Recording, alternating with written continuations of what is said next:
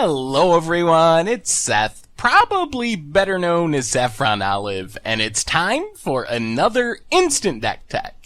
So as you know, Thursday is normally Tier Thursday, but this week we have a bit of a twist. Instead of a tier deck, we're looking at kind of a unique build of a tier archetype. So Tron decks are very much near the top of the modern format. Eldrazi Tron, green-black Tron, green-white Tron, green-red Tron, so many Tron decks, super powerful. Apparently, making 7 mana on turn 3 is pretty good.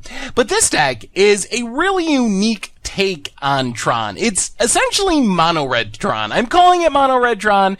Technically, there's one green card in the sideboard, but it's close enough, and it attacks the format in a very different, very much more spell-heavy, reanimation-friendly way than the more typical Tier 1 Tron deck. So this one comes to us from Kashiwashi Kazuya, who took it to a top 8 finish at an infamous small Japanese tournament, but congrats to Kazuya on their finish with the deck. A quick reminder before we break down Mono Red Tron for Modern. If you enjoy this deck and you want to see it made into videos, take a minute, click the like button, the subscribe button, leave a comment, anything you can do to support your deck, because whichever deck is most popular gets a shot at being made into videos next week. So Mono Red Tron is all about the land, so Mountain, Grove of the Burn Willows, essential to the deck. Actually, not really. Those are part of the lands. Actually, the only non-Tron lands. But the big deal is the Urza's land. So, if you're not familiar with these lands somehow, they are incredibly powerful. They only make colorless mana, and technically, they only tap for 1 mana, which doesn't sound that good. The thing is, if you can get all 3 on the battlefield together, Urza's Tower, Urza's Power Plant, and Urza's Mine, Power Plant and Mine tap for 2 mana, and Tower taps for 3 mana, so with their powers combined, you can have 7 mana on turn 3, which lets you do some really crazy things, play some really expensive, really powerful stuff super quickly. So the basic idea of this deck, like most Tron decks, is to assemble Tron. So we're trying to get this set up pretty early in the game. Apart from just drawing Tron lands, we have 4 expedition maps, which are awesome in this deck because if we have 2 Tron lands in hand, it basically equals our missing Tron piece. We can sack it, 1 to cast, 2 to sack, 2 to drop our missing Tron piece, Tron assembled, start casting huge stuff. Chromatic Sphere just lets us kind of cycle through our deck. It fixes our mana a little bit when that's relevant. No real specific way that it sets up our lands, but drawing extra cards helps us find our Tron pieces. So as far as the rest of the deck, we have a little bit of general ramp, and you'll see as we go along, Mono Red Tron kind of cares about 2 things. It cares about artifacts, and we have some sweet artifact synergies, and it cares about spells. So this is kind of some artifact ramp, helps us get to our bigger stuff faster, doesn't help us find Tron pieces, but it gives us a little bit of extra mana, and works well with our artifact synergies in Solemn Simulacrum and Mind Stone.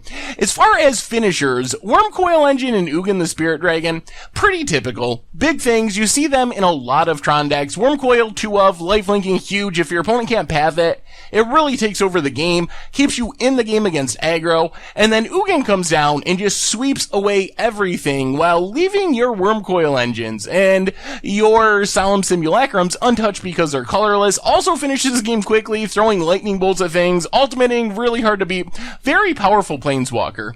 But the big finisher, and what makes this build of Tron so unique, is it's actually a very spell-heavy deck built around Pyromancer's Goggles. So, Pyromancer's Goggles was actually a thing in Standard at one point. It's a really sweet, unique card. 5 mana artifact, it taps for a mana, which doesn't sound exciting. The thing is, when you tap it for mana, if you use that mana to cast a red instant or sorcery, you get to copy it for free, which means what we're trying to set up with this deck is a Banefire with X being at least 10 using Pyromancer's Goggles mana. So if we can Banefire for 11 total mana, 1 for the red and then 10 for the X, we just 20 our opponent and it's uncounterable, so it just closes out the game out of nowhere. So we're trying to set up this weird spell uncounterable win with Pyromancer's Goggles and Banefire. Since we're playing Goggles, we also have some weird stuff going on. We can double up things like Faithless Looting and Tormenting Voice, which don't really generate card advantage because you're drawing and discarding the same amount of cards.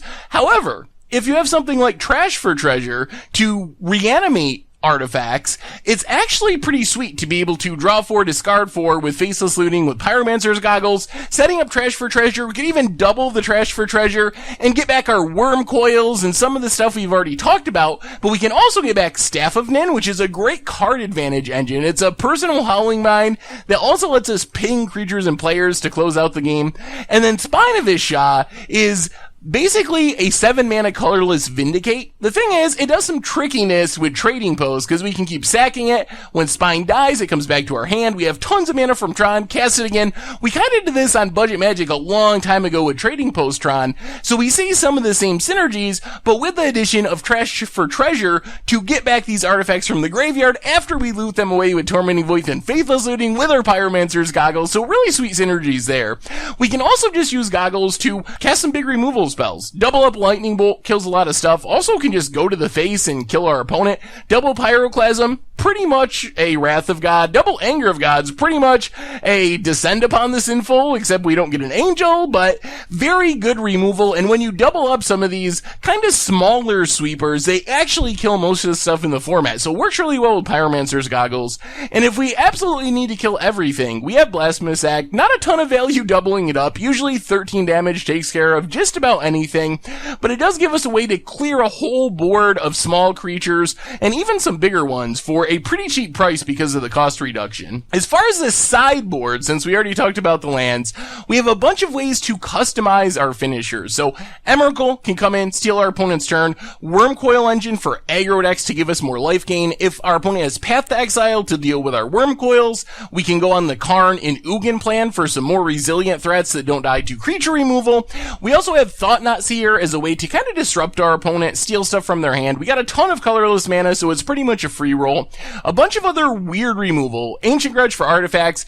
Back to Nature for enchantments, but I'm not 100% sure what enchantment in specific this deck is worried about. I'm guessing Stony Silence is pretty good if you're on the Trading Post plan and the artifact plan, but apart from Stony Silence, not really sure what the target is. Pithing Needle, kind of all-purpose disruption. Relic of Progenitus for graveyards, and Crucible of Worlds gives us a way to get back Tron lands that our opponent kills with Ghost Quarter or some other way. So make sure we can assemble Tron even through our opponent's disruption and keep it assembled even through Ghost Quarters and so forth.